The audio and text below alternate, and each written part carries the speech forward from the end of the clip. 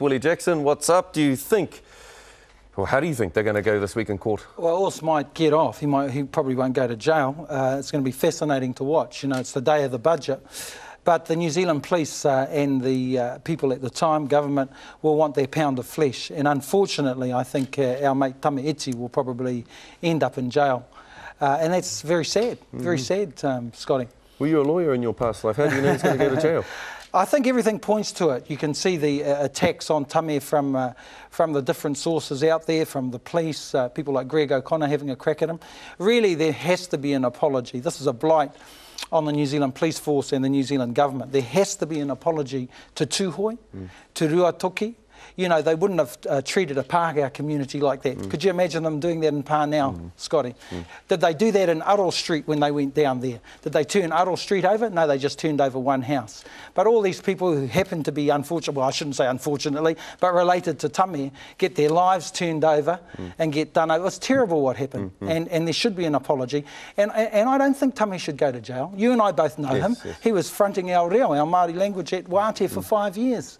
And he worked at George FM. He's been a mediator, a facilitator in the community. He might have been getting up to something in the uruwetas, but I don't think he was going to murder anyone. And he didn't deserve a gun in his face in front of his family from the police.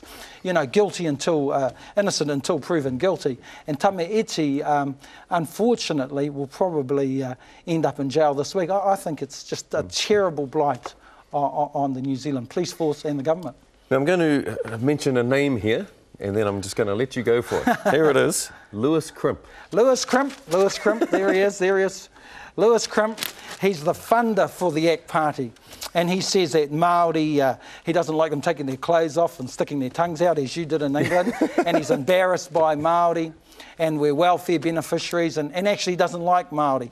I'm glad he's come out. I'm glad he's come out because he represents that underbelly view that is there, and it's more significant than a lot of people think. And really, you know, people like Leighton Smith and them will all condemn him. Even Leighton might, but Leighton and them have said very similar things.